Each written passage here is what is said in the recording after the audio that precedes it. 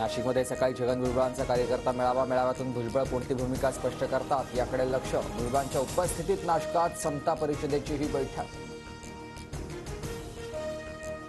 नाशिकमधील भुजबळांचे कार्यकर्ते आज अजित पवारांना नागपुरात भेटणार। 2 दिवसांपासून दादा नॉट रिचेबल, आज कार्यकर्त्यांना भेटण्याची शक्यता।